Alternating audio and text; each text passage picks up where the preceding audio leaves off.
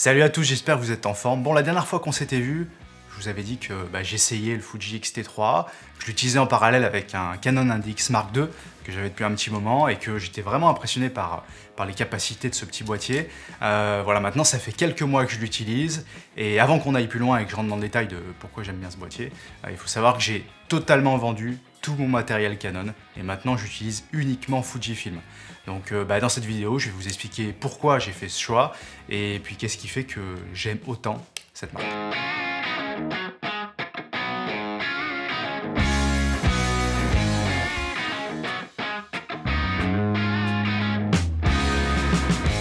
C'est vrai que Fujifilm, moi je connaissais pas trop, c'est une marque dont j'avais entendu parler, surtout qui était très connue dans le milieu de l'analogique, toutes les pellicules qu'ils ont faites qui sont très connues, mais dans le monde du digital, je m'étais jamais vraiment intéressé à ce qu'ils faisaient. Je ne sais pas pourquoi d'ailleurs, mais c'est vrai que même dans la photo, je m'étais jamais intéressé à Fujifilm avant. Et puis ces derniers temps, voilà, en cherchant un petit peu, en regardant ce qui se faisait à droite à gauche, je suis tombé sur ce X-T3, qui est très capable en photo et en vidéo. Et ça c'est vraiment important pour mon utilisation, parce que pour ceux qui me suivent un petit peu, vous savez que je tourne des épisodes Tone Factory, la chaîne YouTube, donc j'ai besoin d'avoir un boîtier qui soit capable de faire de la vidéo de manière intensive chaque semaine et avec une très bonne qualité, sans partir sur des caméras, etc., d'avoir un boîtier qui puisse tout faire. Et puis le X-T3, finalement, on cochait pas mal de cases par rapport à l'utilisation que j'avais jusque-là du Canon InDX Mark II. Donc c'est pour ça qu'au départ, j'ai utilisé les deux en parallèle, pour comparer, pour voir si j'avais envie de passer sur Fujifilm, est-ce que j'allais perdre des choses, est-ce que ça allait être moins bien en qualité, et puis après plusieurs mois d'utilisation, en tout cas le Canon, ça n'a pas été plusieurs mois en fait, je pense qu'au bout d'un mois d'utilisation avec les deux, je me suis très vite rendu compte que le X-T3 était aussi capable que le Canon InDX Mark II en vidéo, donc c'est ce qui était important pour moi. En photo, il y a peut-être quelques petits points, je vais relever un peu après, où le Fujifilm est peut-être un petit peu moins bien, mais il y a d'autres points où il est meilleur. Donc en faisant le calcul, finalement, le boîtier du InDX Mark II est un boîtier qui coûte tellement cher que je me suis dit que c'était plutôt intéressant pour moi de vendre tout mon matériel Canon et puis de passer sur Fujifilm, sachant que ça m'a permis vraiment de réinvestir dans du matériel neuf et puis ça m'a pas coûté d'argent du tout de faire ce changement-là. Alors quelles sont les choses qui ont fait que j'ai tant adoré travailler avec le Fujifilm et pourquoi j'ai abandonné Canon? Bon, déjà, sur les performances du boîtier et des objectifs, c'est aussi bien, voire mieux dans certains domaines pour moi, par rapport à ce que fait Canon. Okay. Mais après, il y a d'autres choses qui rentrent en considération quand on utilise ces objectifs, ces appareils photo au quotidien. Déjà, il y a le poids, qui était un point très important. Le Canon InDX Mark II, c'est un super boîtier, mais il est très lourd et il est vraiment imposant quand on l'a dans un sac à dos. Et en plus de ça, dès qu'on a 3, 4, 5 objectifs avec soi, il était pas rare que j'ai un sac à dos qui pèse entre 8 et 10 kg avec mon matériel Canon. Donc au final, déjà c'était un point qui était important dès que je suis passé là-dessus et que je me suis retrouvé avec un tout petit boîtier qui fait dans les 400 grammes et que je me suis rendu compte que Fujifilm fait des objectifs vraiment très qualitatifs mais tout légers et assez compacts. Déjà il y a eu ça qui est entré dans la balance, ça c'est un point qui est important parce que je peux trimballer mon appareil photo et mes objectifs beaucoup plus facilement de partout et puis je peux même amener plus de matériel si j'ai besoin d'avoir un écran séparé, si j'ai besoin d'avoir un drone, etc. Ça peut tout rentrer dans un sac à dos, ce qui n'était pas le cas avant et j'étais obligé de porter 2 sacs, c'était assez compliqué. Donc ça c'est un point qui était pour moi important, le poids, sachant que l'équipement complet, j'avais pesé à l'époque quand j'avais le Canon InDX Mark II, quand je trimballais donc mon Canon InDX Mark II avec 4 ou 5 objectifs, j'étais dans les 8-9 kg comme je vous le disais. Tout mon set d'équipement avec 2 boîtiers X-T3 parce que du coup pour l'utilisation maintenant j'ai 2 boîtiers Fujifilm et puis 5 objectifs, je suis à 4 kg, 4 kg 5 dans mon sac à dos. Donc j'ai autant de matériel qu'avant mais j'ai diminué le poids par 2. Et ça c'est important quand on bouge beaucoup et qu'on a souvent le sac à dos sur soi. Ensuite une autre chose qui m'a fait basculer chez Fujifilm c'est la philosophie de la marque. Et c'est vrai que ces derniers temps j'étais pas très fan de la philosophie et du mode commercial de Canon. Alors je vais peut-être en froisser quelques-uns si vous êtes utilisateur de Canon là-dessus, mais ces derniers temps, donc j'utilisais le Canon InDX Mark II depuis 2 ans, et ça fait un petit moment que je regardais les nouveautés qui sortaient chez Canon sans me poser la question si j'allais changer ou pas, hein. C'était juste par curiosité, mais à chaque fois qu'il sortait un nouveau boîtier, par exemple le Canon EOS R, il y avait plein de choses qui étaient top sur ce boîtier, mais il y avait certaines caractéristiques qui existent sur d'autres boîtiers de la gamme, la technologie existe déjà pour eux, mais ils ne le mettent pas dessus, juste pour préserver les modèles plus haut de gamme. et certaines caractéristiques qu'ils ont en vidéo sur les caméras vidéo, mais ils les mettent pas sur les boîtiers d'appareils photo. C'est pas pour une question de technologie, parce que des fois ils le mettent sur certains boîtiers, des fois non. C'est juste pour une question de non, on veut préserver le haut de gamme, on veut préserver les caméras, et du coup on va pas mettre ces caractéristiques dans des boîtiers moins chers, même si on a la technologie que ça ne nous coûte rien, juste pour que les gens achètent plus cher. Et ça, c'est une philosophie qui n'a pas du tout Fujifilm. Fujifilm part du principe que quand ils ont une technologie et qu'ils l'ont développée, ils le mettent sur un premier boîtier, et ensuite tous les boîtiers qui sortent par la suite auront cette technologie, même si c'est des boîtiers qui sont un peu moins chers. Je prends l'exemple, moi j'ai un XT3, et entre-temps ils ont sorti un XT30, qui est un modèle un petit peu en dessous, un petit peu moins cher. En revanche, il y a les mêmes caractéristiques, les mêmes technologies d'autofocus. Vraiment, si vous regardez les caractéristiques du produit, même en vidéo, c'est très très proche entre ces deux boîtiers. Pourtant, l'autre boîtier est beaucoup moins cher. Et en fait, là où ils vont faire les boîtiers moins chers, ça va être sur la qualité de fabrication, la qualité des matériaux, ça sera peut-être un petit peu moins robuste, donc peut-être que ça sera moins rentable dans le temps si on garde son boîtier longtemps. Des petites choses qui sont plus faites pour les professionnels, peut-être, mais en tout cas, en termes de qualité d'image et de technologie, par exemple, entre un XT30 et un XT3, il y a très très peu d'écart. Et ça, c'est ce que j'aime beaucoup, c'est qu'ils essayent de réduire les coûts, non pas en enlevant des technologies, mais en diminuant un petit peu la qualité de fabrication, ce que je trouve logique en matière de fonctionnement. Un autre point qui est important à savoir, c'est que Fujifilm, ils font uniquement des capteurs APS-C ou moyen format, pour ceux qui ne connaissent pas Fujifilm. Moyen format, c'est un capteur qui est plus gros que le plein format. C'est vrai que ces derniers temps, c'est la mode, toutes les marques s'y mettent, par exemple Panasonic vient de sortir aussi un plein format, enfin tout le monde est passé au plein format. Maintenant, tout le monde fait ça, sauf Fujifilm. Et vraiment, la philosophie de Fujifilm, de ce qu'on a vu de communiquer, etc., des directeurs de la marque, c'est qu'ils veulent rester en APS-C, ils n'ont pas envie de faire du plein format, ils ont déjà des boîtiers moyen format, vraiment pour les professionnels de la photo qui veulent une qualité de photo nettement supérieure, mais pour eux, l'intermédiaire et l'écart qu'il y a entre un APS-C et un plein format n'est pas utile, et ils préfèrent se concentrer sur les capteurs APS-C. D'ailleurs, on m'a très souvent posé cette question, savoir si le plein format ne me manquait pas, que ce soit dans les commentaires YouTube ou que ce soit sur Instagram. D'ailleurs, si vous avez la moindre question, n'hésitez pas à venir me la poser sur un des médias que vous voulez, il n'y a pas de problème, je me ferai un plaisir de vous répondre. Mais la réponse, c'est que non, pas du tout. Ça ne me manque pas le plein format. Je suis d'ailleurs très content d'être passé sur l'APS-C parce que la seule différence que je vois, c'est que les objectifs sont moins chers, plus compacts et plus légers. Donc pour moi, c'est tout bénef. D'ailleurs, je ferai une vidéo vraiment sur la différence entre l'APS-C et le plein format parce qu'il y a plein d'a priori sur l'APS-C. Il y a certaines qui sont justes, d'autres qui sont fausses. Donc j'aimerais juste éclaircir le sujet, je ferai ça un petit peu plus tard. Mais ce qui est important de comprendre, toujours dans la philosophie de la marque, par rapport aux autres marques, Canon, Sony, pour ne citer que. Sony, je vais pas trop en parler parce que je ne connais pas trop, j'ai pas assez d'expérience dans la marque. Donc si vous avez des expériences à partager, n'hésitez pas à les mettre dans les commentaires juste en dessous. Mais je prends l'exemple de Canon. Canon, ils ont des boîtiers APS-C et des boîtiers plein format. Ils ont des objectifs APS-C et des objectifs plein format. En revanche, là où c'est très différent quand même de la manière de fonctionner de Fujifilm, c'est que pour Canon, les professionnels vont forcément partir sur les boîtiers plein format. Donc ils mettent toute leur technologie et tout leur savoir-faire dans des objectifs plein format. Des objectifs très chers, assez importants, parce que forcément, vu que le capteur est plus gros qu'un APS-C, les objectifs sont assez gros. Et voilà, la partie professionnelle de chez Canon est plutôt dans le plein format. Mais ils disent aux amateurs, vous inquiétez pas, vous avez des boîtiers APS-C, on vous fait des petits objectifs APS-C, assez rapides, pas trop professionnels, mais c'est pour le début de l'utilisation. Et de toute façon, si vous avez besoin d'avoir des meilleurs objectifs, achetez nos objectifs plein format, qui sont lourds et très chers, et vous pouvez les adapter dessus, ça marchera très bien. Comme ça, le jour où vous upgradez vers le plein format, vous aurez déjà les objectifs. D'accord, c'est une manière de faire, mais pour moi, ça règle pas le problème de se dire que peut-être qu'un APS-C, il peut faire un petit peu mieux. Peut-être que l'APS-C, il peut avoir une aussi bonne qualité d'objectifs que les modèles haut de gamme, que les pleins formats, mais avec des objectifs qui seraient plus petits et plus compacts, et donc moins chers vu qu'il y a moins de glace. Pourquoi, par exemple, Canon ne fait pas ça? Pourquoi Canon ne fait pas une gamme d'objectifs professionnels pour les APS-C? Tout simplement parce que, à mon humble avis, c'est qu'ils veulent tirer les clients vers le plein format. Ce qui est assez logique vu qu'ils ont les deux. Fujifilm, c'est un petit peu différent. Je vous ai dit tout à l'heure qu'ils ont deux gammes, mais qui sont vraiment très éloignées l'une de l'autre. Les APS-C et les moyens formats. Ils développent des objectifs pour les APS-C et ils développent des objectifs pour les moyens formats. Mais pour les deux gammes séparées, ils font des objectifs professionnels. Et c'est là où est toute la différence pour moi. Déjà, dans un premier temps, il faut savoir que le capteur APS-C de Fujifilm étant donné que pour eux, les professionnels qui font de la photo, il y en a énormément qui vont acheter des boîtiers Fujifilm APS-C, mais ils mettent toute leur technologie dans ces capteurs APS-C. Et c'est ça qui a fait tic un petit peu dans ma tête dès que j'ai commencé à utiliser le X-T3. J'ai commencé au début à adapter mes objectifs Canon sur le X-T3. Donc du coup, je me retrouvais avec un petit boîtier très léger, mais un très gros objectif très lourd attaché dessus. Bon, déjà, même si les performances n'étaient pas top au niveau, même avec un adaptateur, c'était pas vraiment génial. Pour moi, c'était bête d'avoir des petits boîtiers, mais des objectifs imposants. Et c'est là où Fujifilm fait la différence pour moi par rapport aux autres marques. C'est-à-dire qu'ils développent leurs objectifs professionnels ici pour les capteurs APS-C, et du coup, on sort avec des objectifs qui sont beaucoup plus compacts et beaucoup plus légers.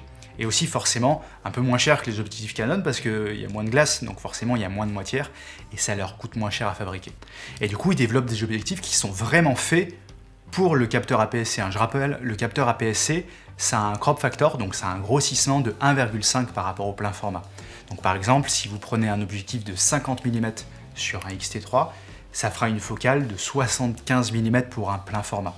Et c'est pour ça que Fujifilm a fait des objectifs exactement pour ça. Par exemple, là j'ai entre les mains un 56 mm, donc c'est l'équivalent d'un 85 chez Canon. Et l'ouverture de cet objectif, donc c'est l'objectif professionnel de chez Fujifilm, il ouvre à 1,2. Okay, donc allez sur internet, regardez le 85 mm 1,2 de chez Canon, regardez le poids qu'il fait et regardez le prix.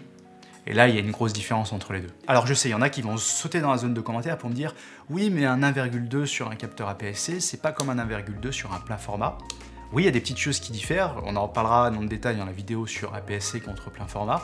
Mais en revanche, il y a une chose qui est importante à savoir, parce que ça, je vais le dire ici, parce que c'est un point qui est important à savoir chez Fujifilm, pour pas croire que les objectifs sont moins bien que ceux qui sont.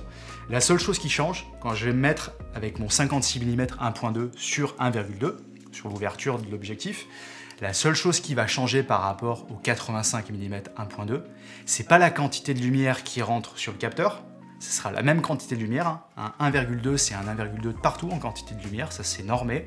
La seule différence, ça va être la profondeur de champ, donc la profondeur de focus qu'il va y avoir sur l'image, et donc sur un plein format, il y aura plus de flou d'arrière-plan.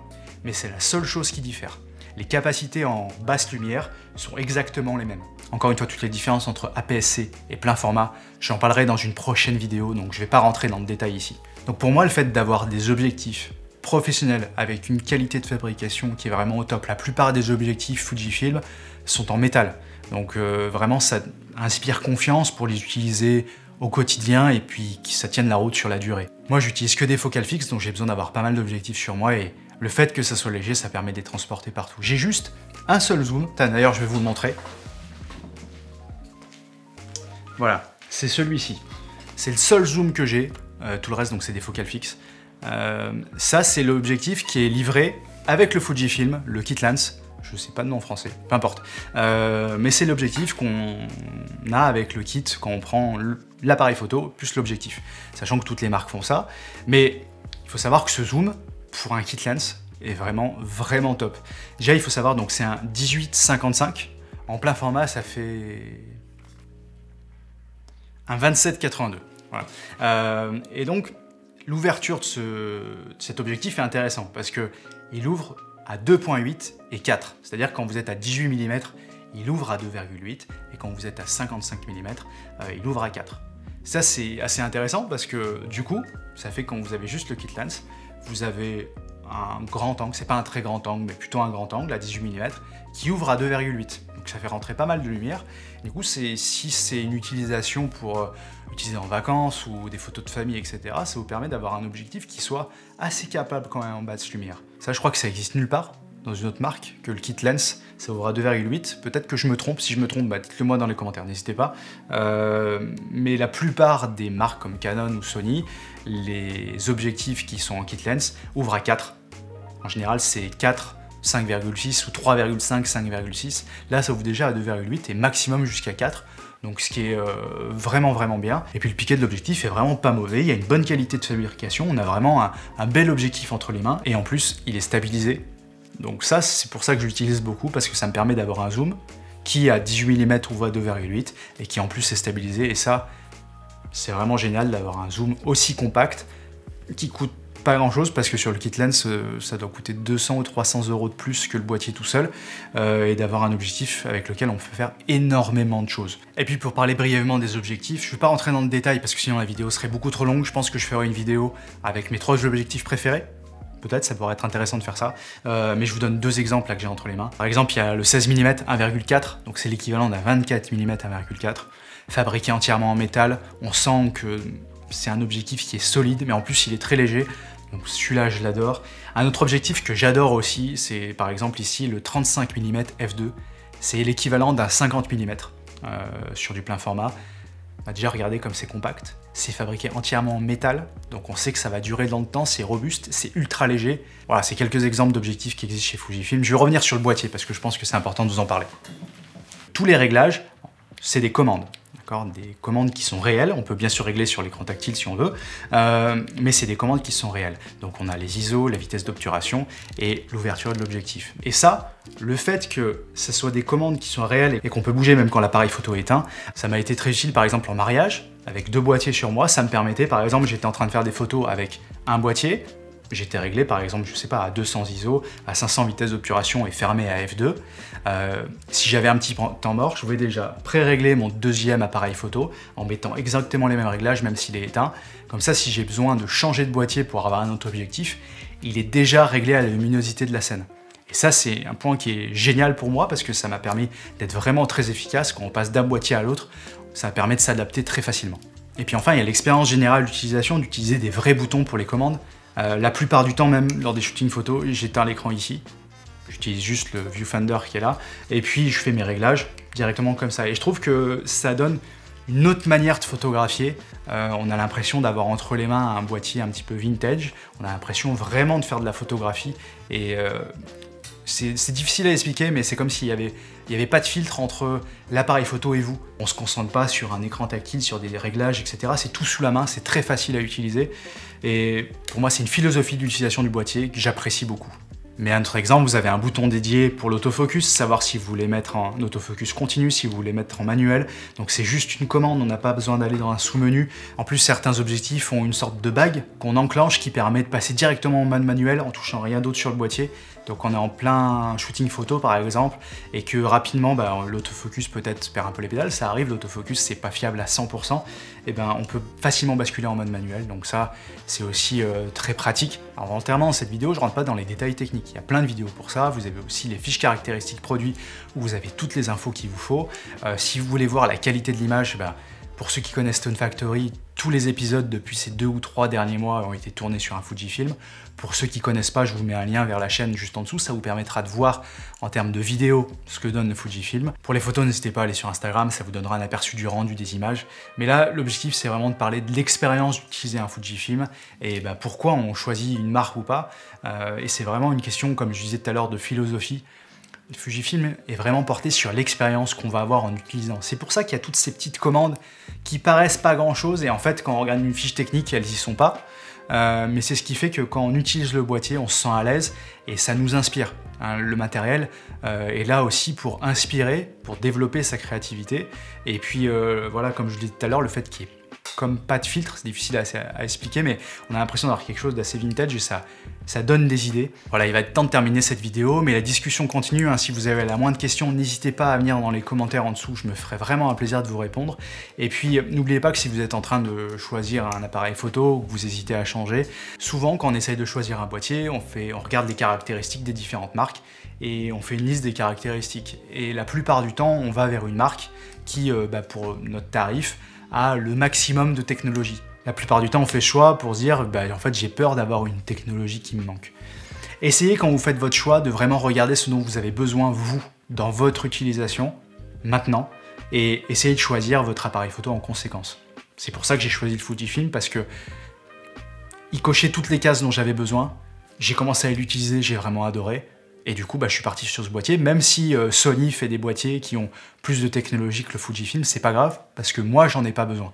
Et il y a tout ce qu'il faut sur ces boîtiers pour que ça fonctionne pour moi. Donc le plus important, c'est de trouver quelque chose qui fonctionne pour vous. Allez essayer les appareils photo en magasin, les prendre dans les mains pour vous donner un aperçu, ou alors vous pouvez aussi les louer.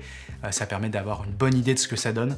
Mais n'oubliez pas que le plus important, c'est ce qui se passe aussi derrière l'appareil photo. Hein, ne vous concentrez pas trop sur le matériel, le plus important c'est vous, c'est votre vision en tant que photographe, ou en tant que vidéaste, peu importe. Voilà, j'en ai terminé pour aujourd'hui. Bon, je pense que je vais faire une petite série de vidéos sur Fujifilm, peut-être sur des objectifs, sur les objectifs que j'apprécie le plus. Et aussi les vidéos dont je vous ai parlé, la APS-C contre plein format, que je vais essayer de faire assez rapidement. En tout cas, merci beaucoup d'avoir suivi cette vidéo, j'espère qu'elle vous a plu. Si c'est le cas, lâchez-moi un petit pouce bleu, ça fait toujours plaisir, et puis ça aide aussi à ce que la vidéo soit vue avec un maximum de gens. Si, encore une fois, si vous avez la moindre question, n'hésitez pas, la zone de commentaires juste en dessous, ou à venir me contacter sur Instagram. Je me ferai vraiment un plaisir de vous répondre. Et puis je vous dis à très bientôt. Merci à tous. Salut.